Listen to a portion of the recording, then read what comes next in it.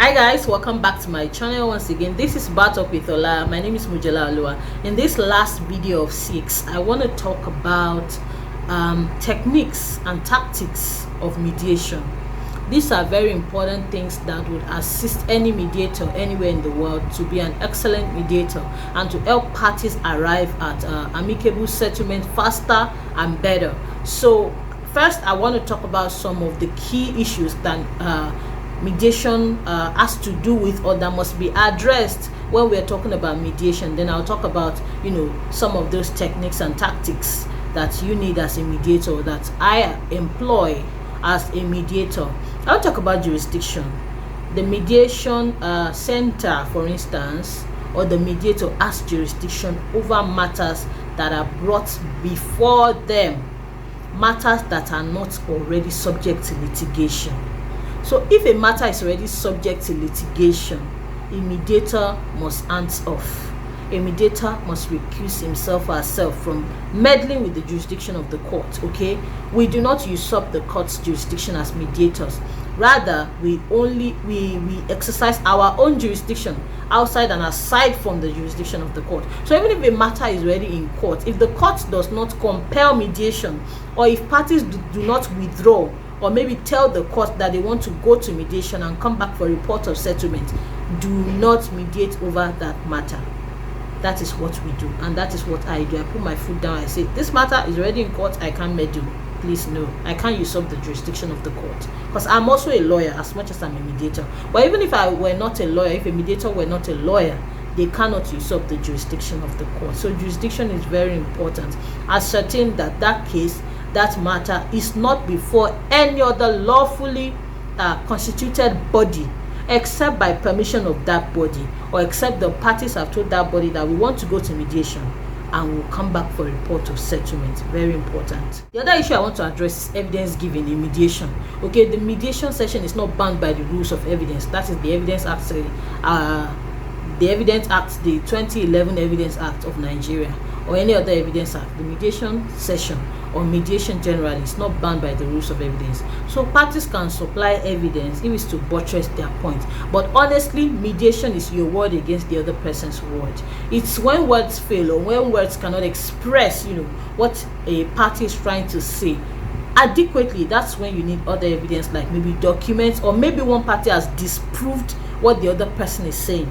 That's when documents come in. That's when other pieces of evidence come in. That's when the mediation session transports to visit the locus in quo, because sometimes we visit the locus in quo, but most times we don't have to go as mediators. If it's most times it's the land disputes, and usually we just write to the Ministry of Lands for them to give us a surveyor or someone that would accompany parties, to go and assess the land, to look at to visit the locus in quo and do all the necessaries and needful, and write us a report. Because we are not professionals in land issues now. I mean, I'm not a surveyor, so even if I went there, I wouldn't know which one is to the north or to the southeast, or however they measure it. But we can arrange for a surveyor to follow them, or another professional to follow whoever needs us to visit a locus in quo for them or with them, and then we can reconvene with the report of the visit and then continue the mediation. But as to evidence giving, if someone has not controverted the evidence of the other, there is no need for extra evidence, honestly, because it's not a court of law. Sometimes, when we write letters to parties, we tell them to bring all documents that might facilitate the faster amicable settlement of the issues. So sometimes parties come with documents, papers, letters, certificates, receipts, contract agreements, what have you. Yes, they are welcome, but they only come into play where a party has refuted your claim, or you have controverted the evidence or the testimony or the case of the other party. That's evidence giving. And also we document our evidence as well. We ask for copies of things that people bring, copies, not the originals, and when we ask for them, we keep them as part of the documents in the file. But that does not constitute a record of proceedings that any party can come and get from us, or that any party can come and then request for. No. Also, Matters disclosed during mediation are without prejudice. That means that people get vulnerable, like I've said, during mediation. So they disclose things that they would otherwise not have said. I've mediated over sessions with people from all walks of life who I might not have met if I were not a mediator, who would not have told me things they told me if I were not mediating over their session. So those things are in confidence and they are without prejudice. One party cannot now come because I've made a record of those things and now say that, oh, I want to front load them as part of my evidence in court. Come and give me your record of proceedings. No, that is not proper. Also, we encourage parties, although there's a limit to what we can control in this digital age, but I've caught a party videoing me before. Yeah, but we usually encourage parties, no need to keep record, to video or to record people's voices when we are talking in a mediation session. It's not necessary. These conversations are without prejudice, because sometimes the people you're going to go and play those things for, they will aggravate issues. Meanwhile, you might have settled it here or neared a settlement, a peaceful settlement. So what's now the point if it's the record of what we did that you took out there that now destroyed the matter entirely all over? So we encourage parties, no need for you to make records or no need for you to video us, incognito and what have you. That's one other thing. Another thing is that sometimes, like I said, a mediator does not necessarily have to be a lawyer, but if you're a lawyer, you might also be a mediator. Sometimes you need to delve into customs and traditions. Sometimes you need to delve into the practices of a particular set of people, a set of professionals, a set of a religious circle, an ethnic circle. How do they do these things? You have to delve into things like that. So it's not always all about law. There are so many nuances to settling disputes in mediation. So it's not just about law, it's also about being very wise and cerebral, knowing what to say and what not to say, and understanding that people come from different backgrounds, ethnic backgrounds, religious backgrounds, socio-cultural backgrounds, economic backgrounds even, and according them, an understanding based on those backgrounds. So very important. Now let's talk about some other techniques, things that are very important and useful during mediations. There's something called non-verbal cues. It's very important in mediation. I do it a lot, and I learned it from the days of working with someone that could talk, with a superior that could talk non-stop. This my superior can repeat the same conversation 3 to 4 times in a day without getting tired of missing words. So I learned to go along and say to you things like, okay, wow, can you imagine? Just look at that. So those are cues. Those are verbal cues. There are verbal cues, there are non-verbal cues. I'm talking about verbal cues now, I'm so sorry. Verbal cues. So those are cues. So things that encourage people so that they know that you are following their story. When someone is narrating something, you need to show them that you're getting the point. So, some people even have some manners. They say, are you following me? Are you getting what I'm saying?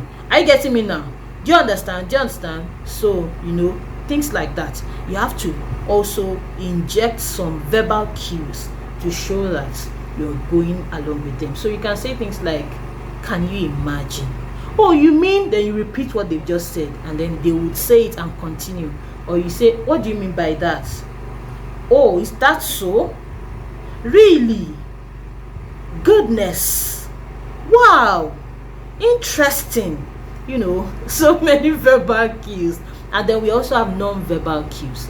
Non-verbal cues are encouragers, things that you do. You don't say them, but you do them to encourage the other party. Sometimes, because most times when I'm doing mediation, not all the time, but let me just say sometimes, not most times, I have interns with me and core members that have been posted to our center. They are seated with me.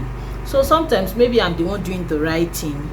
The party that's talking, they usually want to hold the gaze of the person they are talking to. Yoruba people say ojulorowa, that is, talking is in the eye. That's not the interpretation. But what it means is that people want to hold the gaze of the person they are talking to, because they believe that when you look eyeball to eyeball, you understand better. So sometimes when I'm writing or when I'm not paying attention to their face, I always discover that they are holding the gaze of my copper or my intern, and that one too is holding their gaze, looking at them. I feel like it gives people confidence to continue talking, like this person gets me.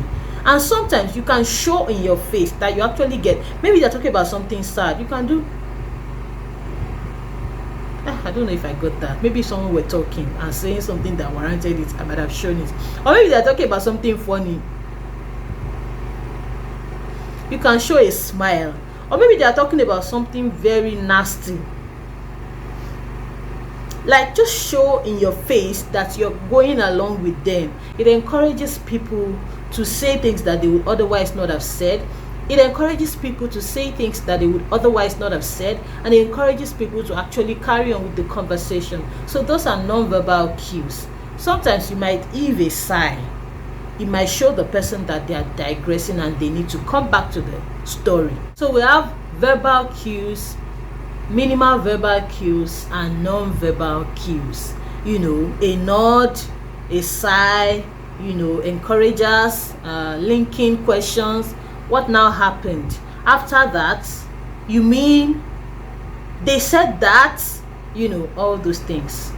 Those things encourage parties to actually be honest and straightforward with you, and they help you get, the full story most times. So those things are important. Another tactic now is summarizing the points, the important points. So when a party has finished talking, or the other party has finished, or both parties have now spoken, it might be important for you as a mediator to recap what they've said, just the points. Okay, this person has just told us now that they bought this land in 2016 for 3 million naira, and now land grabbers have grabbed the land and they've come back to you, the seller, and you're saying that you have another land that you can give to them. They are saying they don't want to take this land because they're not sure land grabbers will not come after them again. So therefore, they want you to refund their monies. Now, they do not want 3 million because land has appreciated between 2016 and now. Land is now 6 million per plot in that place. And so they want you to pay them 6 million naira. And now you have also said that you cannot pay 6 million naira. Either you give them another land or they take their 3 million naira that they paid in 2016. Okay?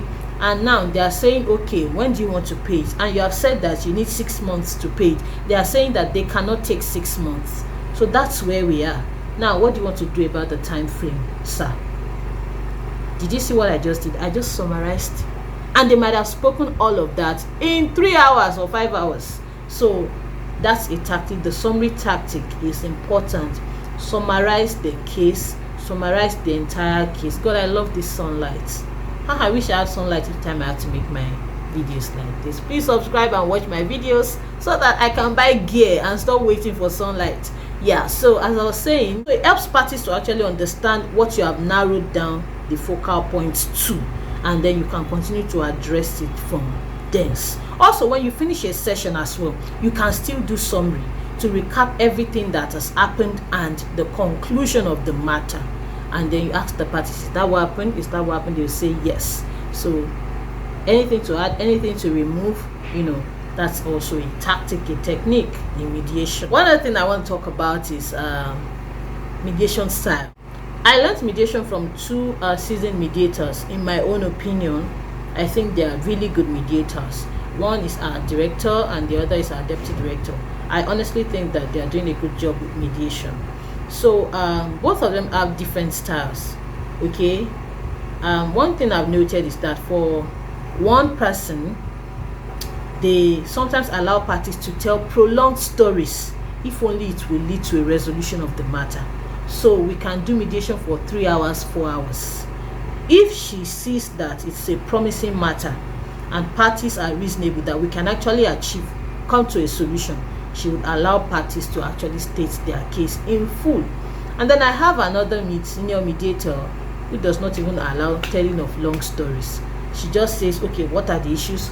What do you want to do? What do you want? Let's not belabor the matter. What do you want? What do you want? She just summarizes everything sharp, sharp, sharp. So those are two styles that you can, take. But I found out that sometimes I merge the two. Most times, actually, I use the elongated part because I just like to defer to parties. I don't want to cut them short so that someone will not claim bias or say that they've been shut out, they've not been heard. So that's what one time I allowed one man to speak for so long, and then in the next mediation session, he took the day that day, he misrepresented the case to be that of the owners of the land are customary tenants.